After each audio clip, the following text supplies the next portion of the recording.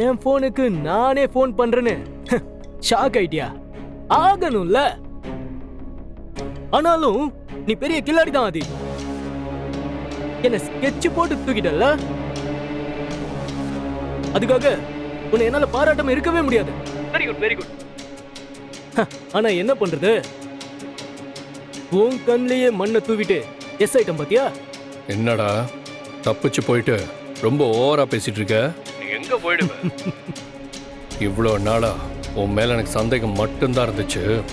இப்ப நீ தான் அதெல்லாம் பண்றேன்னு தெரிஞ்சதுக்கு அப்புறம் உன்னை எப்படிடா விட முடியும்? நீ எங்க போனாலும் விட மாட்டேன். நீ பேசின வீடியோ ஆதாரம், உன்னோட போனு எல்லாமே என்கிட்ட இருக்கு. இதெல்லாம் இருக்கிறப்போ நீ எங்க ஓடி ஒளிஞ்சாலும் கடைசியில நீ என்கிட்ட தான் வந்தாகணும்.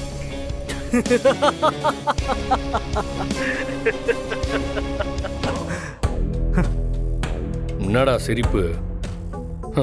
எல்லாம் ரொம்ப ஓவரா இருக்கு.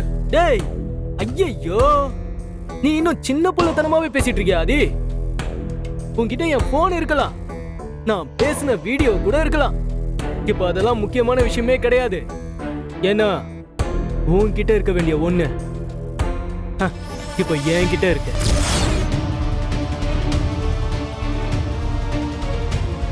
டேய் என்னடா உளர்ற? இவ்ளோ தெளிவா பேசிட்டு இருக்க, என்கிட்ட போய் இப்படி கேக்குறியா ஆதி? ரொம்ப டென்ஷன் ஆகாத. ஓவர் டென்ஷன் உடம்புக்கு ஒத்துக்காது. நான் உனக்கு ஒரு போட்டோ அனுப்புறேன், அதை பாக்குறியா? அனுப்புறேன்.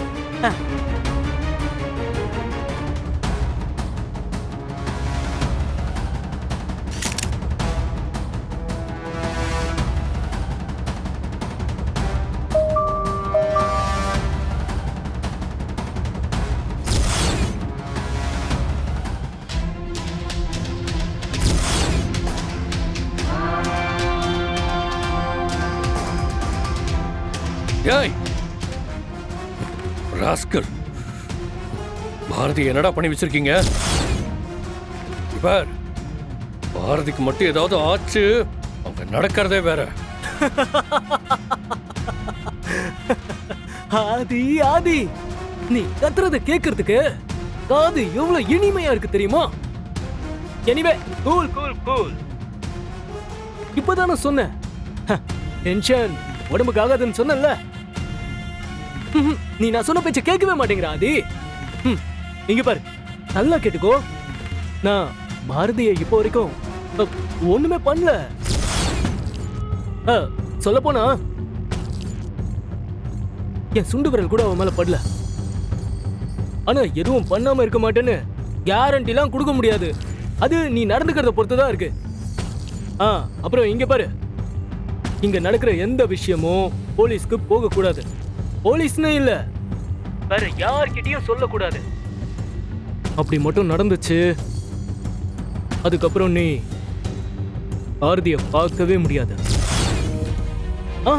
பயப்படாத, கொலைலாம் பண்ண மாட்டேன். ஆனா வாழ்க்கை பூரா உயிரோட சாவற மாதிரி ஒரு விஷயத்த பண்ணிடுவேன். உனக்கு புரிஞ்சிருக்கும்னு நினைக்கிறேன்.